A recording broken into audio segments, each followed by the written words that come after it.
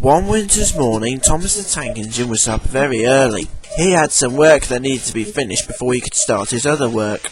His fireman lit his fire, Thomas wheezed some steam, and he puffed out of timber sheds, yawning.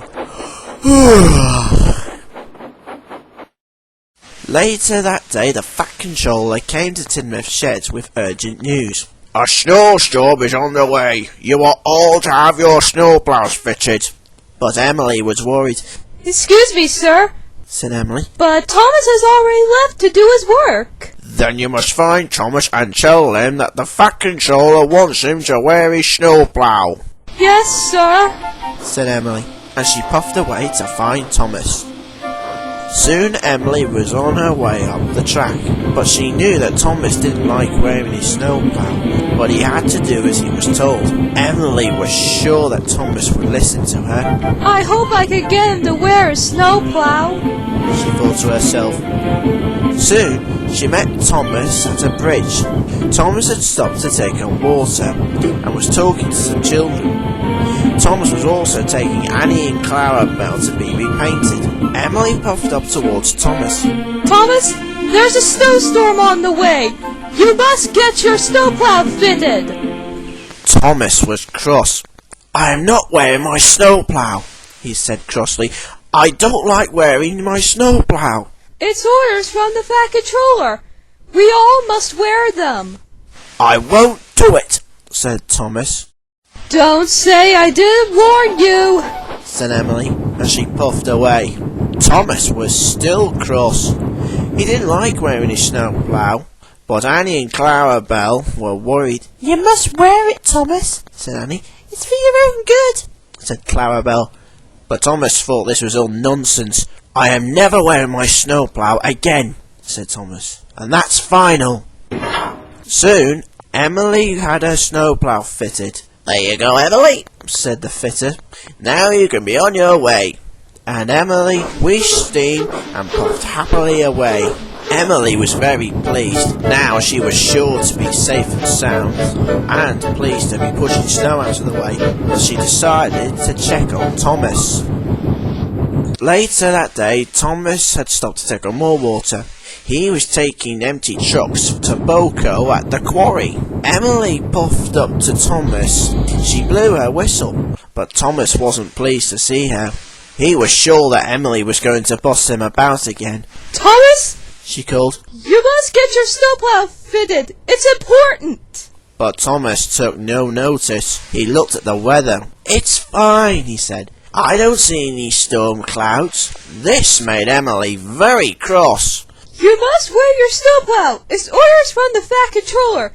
If you don't wear your snowplow, you're going to get into a lot of trouble. This made Thomas very cross. I will be all right, he said. I will be okay as long as it doesn't snow. I will be back before the storm starts. And he fumed crossly away before Emily could answer. Thomas fumed as he puffed towards the quarry. Thomas arrived at the quarry and delivered Boko's empty trucks. Boko will be pleased, he said happily, and he set off back to Tinmouth Sheds.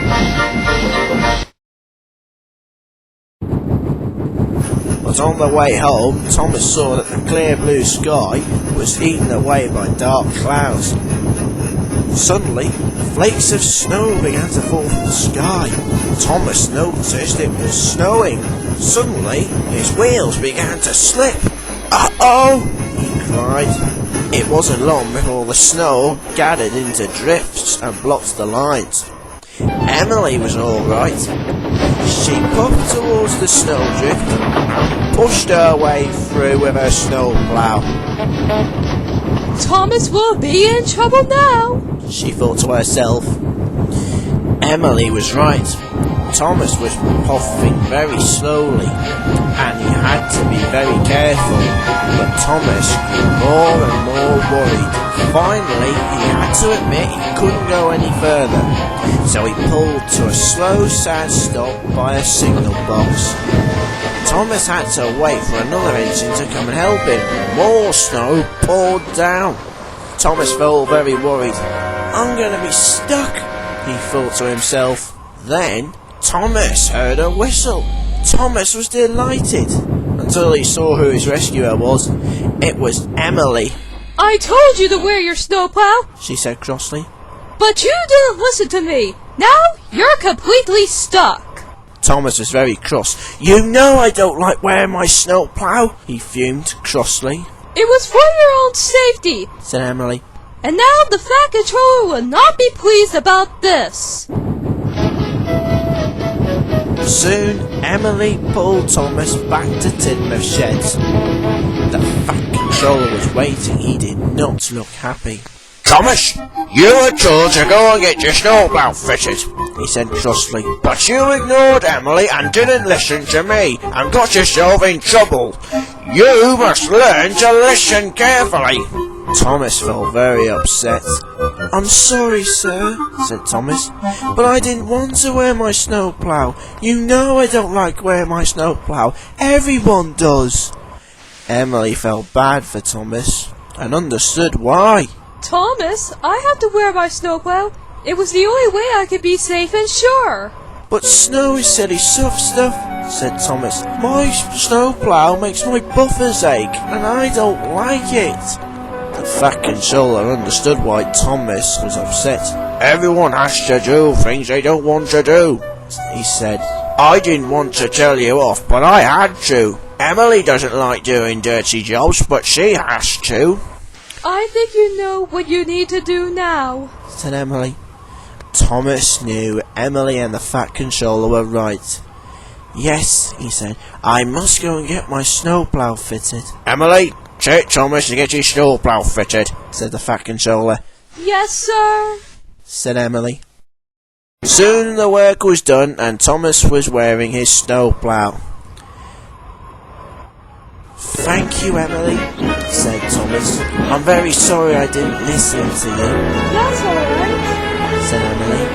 I'm just pleased that you're safe and sound now. And don't be upset about doing a job that you don't want to do, because I will be able to help you. Thomas knew Emily was right, and he had to admit that he'd been a very silly engine. Next time there's a snowstorm, he puffed, I will go and get my snowplow fitted. Thomas was pleased to be Emily's friend again, and he had also learnt an important lesson too. Everyone has to do things they don't like, even Thomas.